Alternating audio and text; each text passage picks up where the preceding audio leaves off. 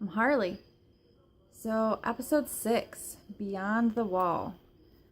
This one, it centers around three basic plot points, but there's also an underlying theme. So, for me, the theme of this episode was just thinking about the future, thinking about making plans. There's three separate instances that I can think of where all of the main characters that are featured are talking about life after this war, after we're just thinking about what comes next.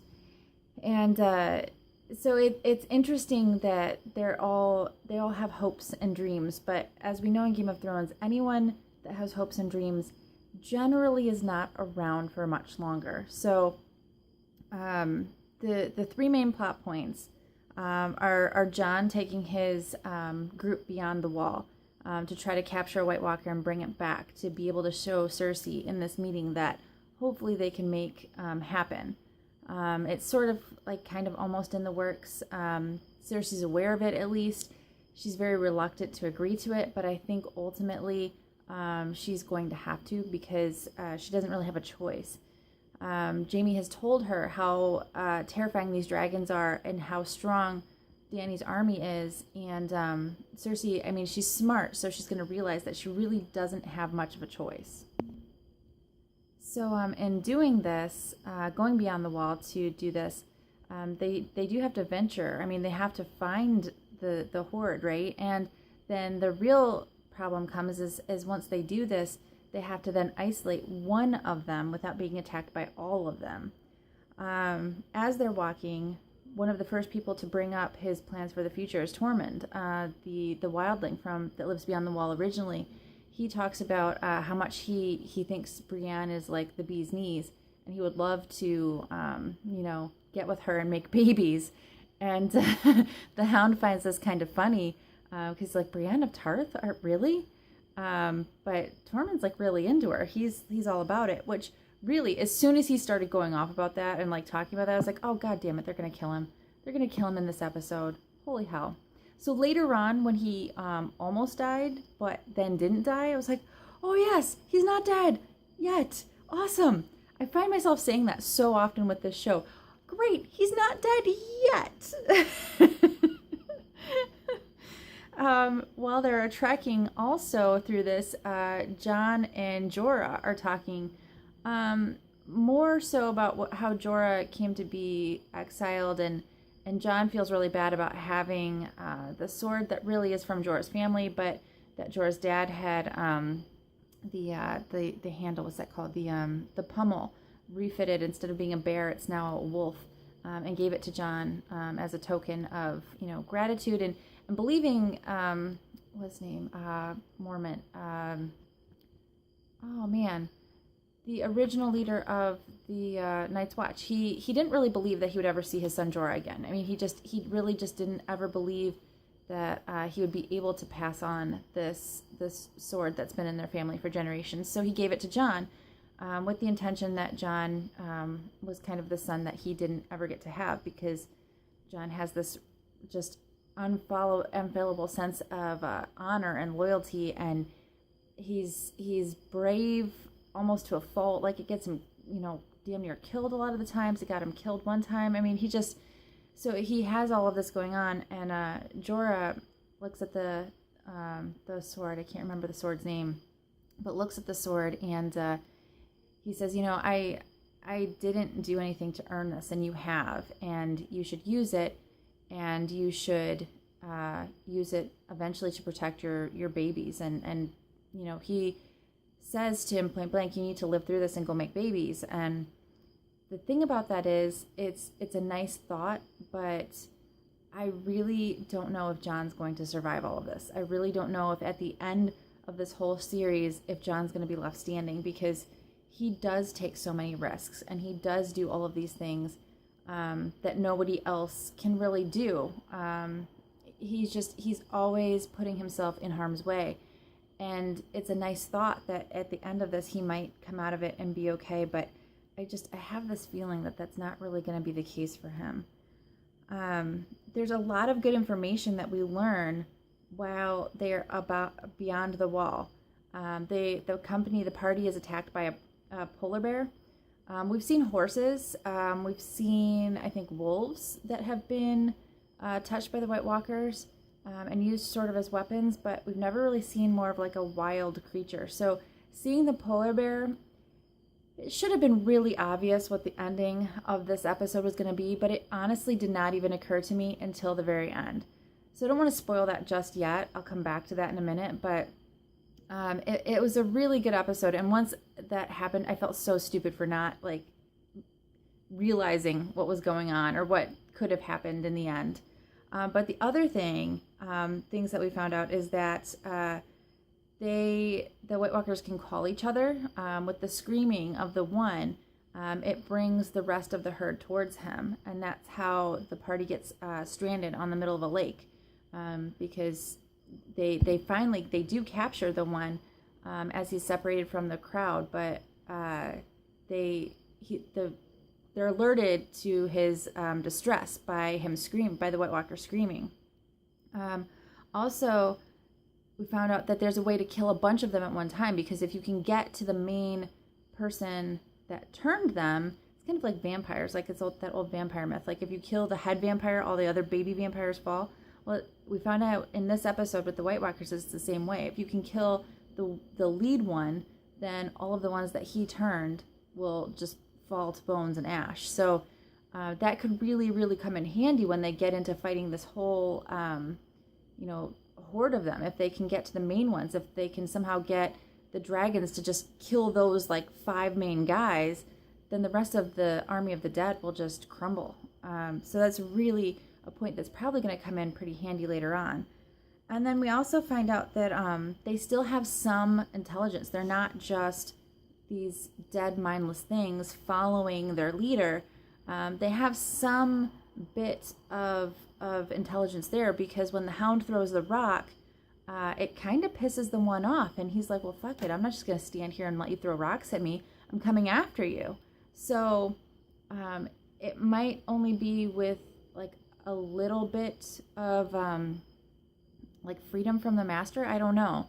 I don't know how much like there's a hive mentality and how much of there's an individualistic mentality there too. But we do see a bit of that it's not all hive, right? I mean, if it was, the dead guy would have just stood there and just like got pelted with rocks. And the fact that he didn't means that there's some form of self-thought there.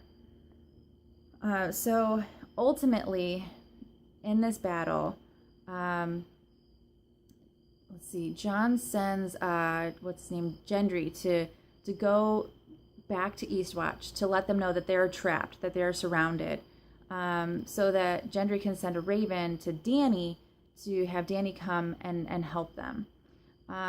This whole episode, Tyrion has really been trying to get Dany also to think about the future, to think about, okay, if we do win this war, if we do move forward, you need to start thinking about how you will have a successor. If you can't have children, you're going to have to appoint someone. Here's different ways that it's happened before. The sea people, they have their own way of doing it. He keeps going through different cultures, like saying there's different ways, if you can't birth an heir, that you can appoint an heir. And she's really reluctant to do it. I don't think that she can really focus on much past getting to the throne. Like, it's just too much spread, like her attention would just be spread too thin. She really has to focus, and there's so many moving pieces on the chessboard right now that to try to add one more thing in there that may or may not even happen, because it's an eventuality if she gets to the throne. But if she doesn't get to the throne, it's something that'll never even come into play, because the only way she doesn't get to the throne is that she's dead. And if she's dead, a successor isn't going to matter. So I can totally see her point there, but I think Tyrion is really afraid that if something happens to her, if she keeps putting herself in harm's way, that he's going to be left with all of these pieces to try to control on the board. And I don't think he wants it. I think he likes being involved. He likes being the hand. He likes having a voice and being a part of the conversation. But he doesn't want to be the end-all be-all. And I don't think he ever has. And I think that's probably a big reason besides him being a dwarf, that his dad just really didn't like him because he never really wanted to be involved in the politics. He's really good at it. He has a lot of skill at it because of who his family is and because of his father, but it's not something that he ultimately wanted to do. And I think that the fact that he didn't like it was the other big reason that his dad really didn't care for him and was willing to kill him, basically. But in this, Dani again gets this message, and she's going to put herself in harm's way again, and he's trying to talk her out of it. Tyrion's trying to say, you can't keep doing this because you're the linchpin in this whole thing. If something happens to you, it's all over. But Dani, much like Jon, has this sense of loyalty and responsibility, and she feels like if she's the queen that leaves her people out there to die, that she can't be their queen. It's really a point of Tyrion's trying to say you have to sacrifice the few for the greater good, and she is really trying to be the queen that will sacrifice no one. Now, that probably won't always work out for her like it does in this episode, but she is able to save the group. She's able to see the herd of the dead. And I know I'm using zombie terms. It's a Walking Dead thing, but I can't get it out of my head. They look, it's a herd, right? That's what we're all thinking, so I'm just going to say it.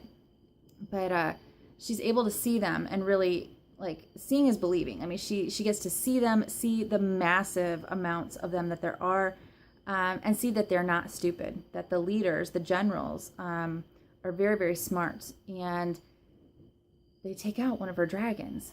Now, the hard part about this is that, well, yes, it's one of her babies. She just watched one of her children get killed.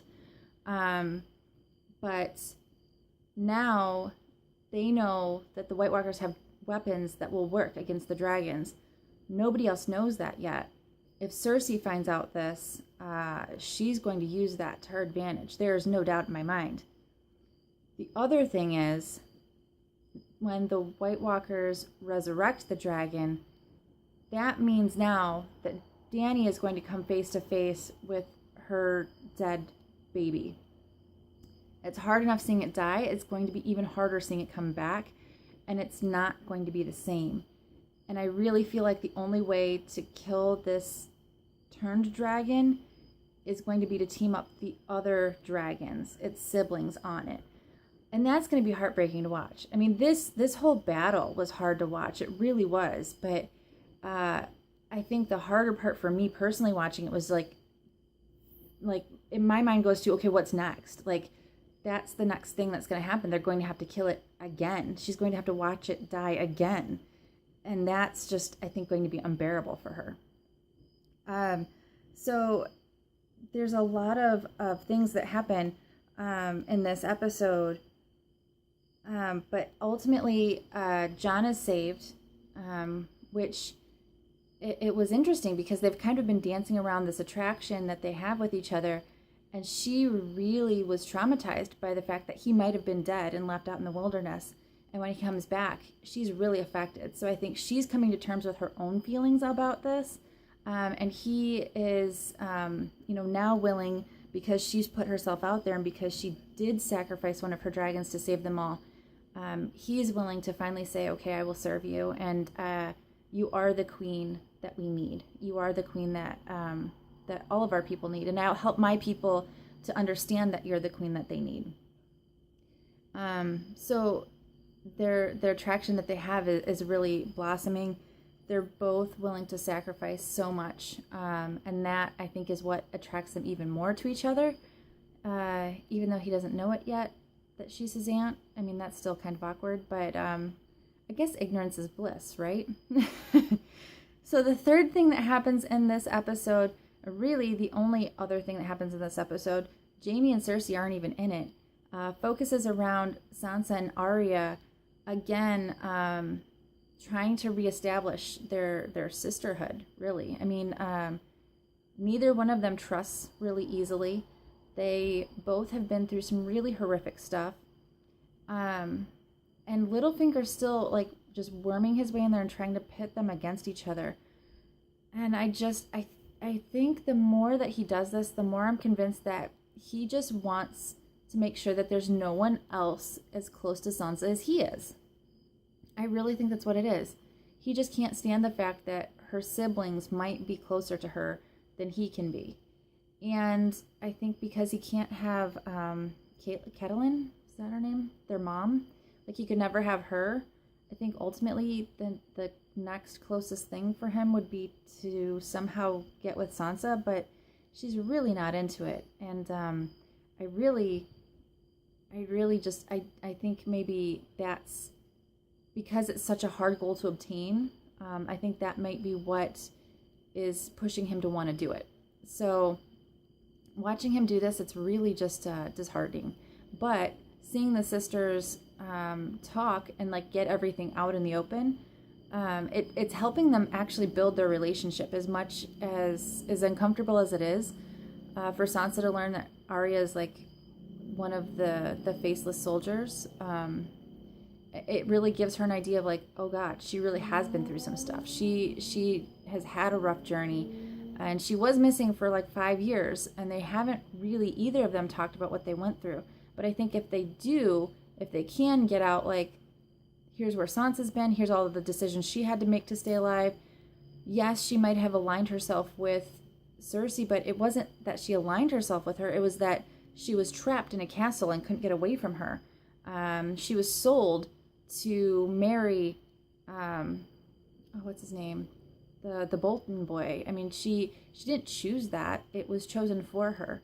So she may have been aligned with these people, but not really. It was more that she was just there, not that she was a part of their planning or scheming or anything. And I think for Arya, that's really important. She needs to know for her own self the motivations behind the decisions and the actions that were taken. And for Sansa, she's just really trying to figure out what the hell Arya's been through to have come out the other side the way she has.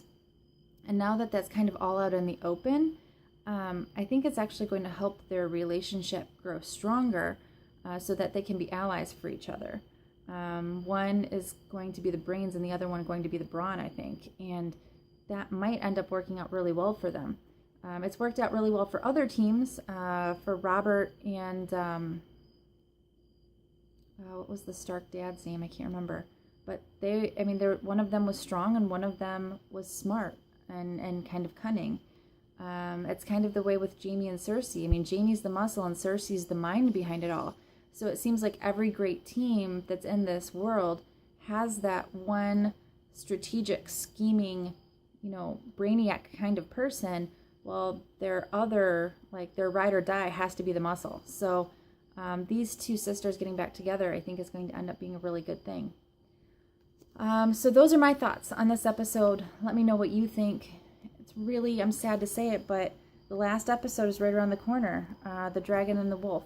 And I will talk to you all about that one real soon. I hope you enjoyed this, guys. I'll talk to you later.